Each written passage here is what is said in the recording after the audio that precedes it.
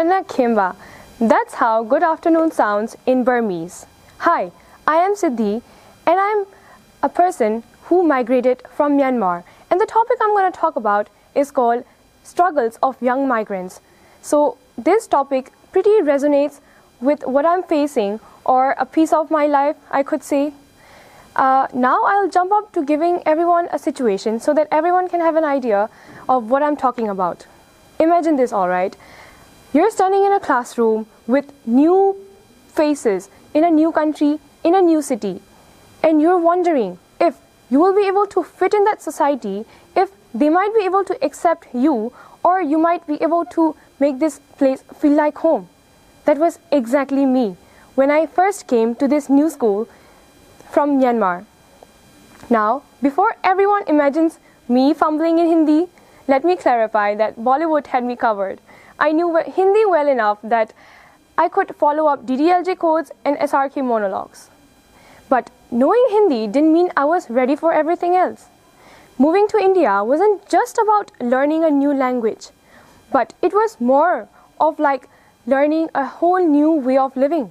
And more of all, it was a struggle to survive the weather. I'll clarify it afterwards. So, as everyone thinks, migrants mostly struggle with communication, but in my case, it was not the case. I didn't struggle with communication that much, but something that hit me when I came to India was food. I still remember, I still don't forget that day when one of my cousin relatives came up to me and said, Siddhi, let me show you the Vrindavan and make me taste you some Indian food. And she took me to a stall, Pani Puri stall actually, and handed me a Pani Puri and told me you have to eat it in one go. And I did it and instantly regretted it. Because the moment I ate it, my eyes started watering and nose started burning. And I would look around for water and see her laughing at me and saying, well, you are now truly welcome to India. Well, I was not aware about such foods because I came from a place where eating noodles, rice, and a special and traditional dish called lapato, which comes into this category of salad. It doesn't have such wild taste or spice in it. It's just a salad, simple salad. So such spiced full Indian curries were very new to me. Now that we've talked about food, let's change the topic and diversify into a new challenge, I wouldn't say, but a cultural difference that I faced. And that's on festivals. Back in Myanmar, we used to celebrate something called the Chaw.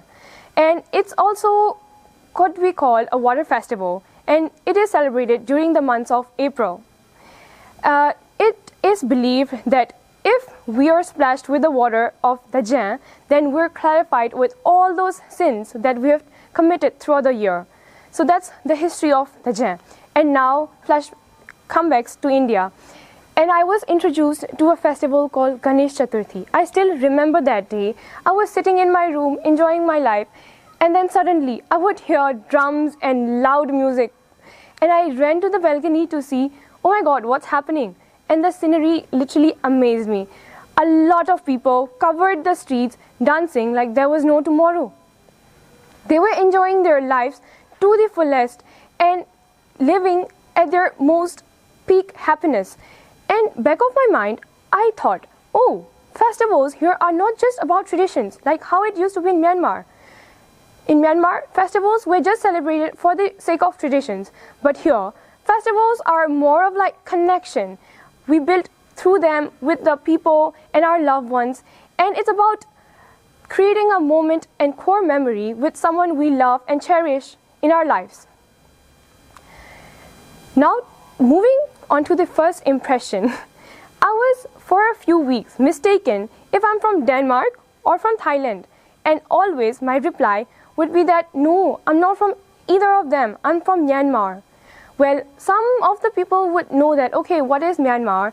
Because their geography was strong enough, I would say, to consider it as a bordering or neighboring country of India, but most of the people didn't know where I was from. I had to explain them that, okay, that's a neighboring country of India. Well, I wouldn't even blame them because Myanmar is a small country such that its GDP could be mistaken at someone's net worth. But well, you can't underestimate our country, all right? Because we are some proud owners of some of the finest gold, minerals and rubies and timber. Our culture holds a lot of spirituality and richness, and our place is filled with greenery. Even now, if you point out to the map, the place of Myanmar is filled with greenery, and it is also known as a land of peace due to that.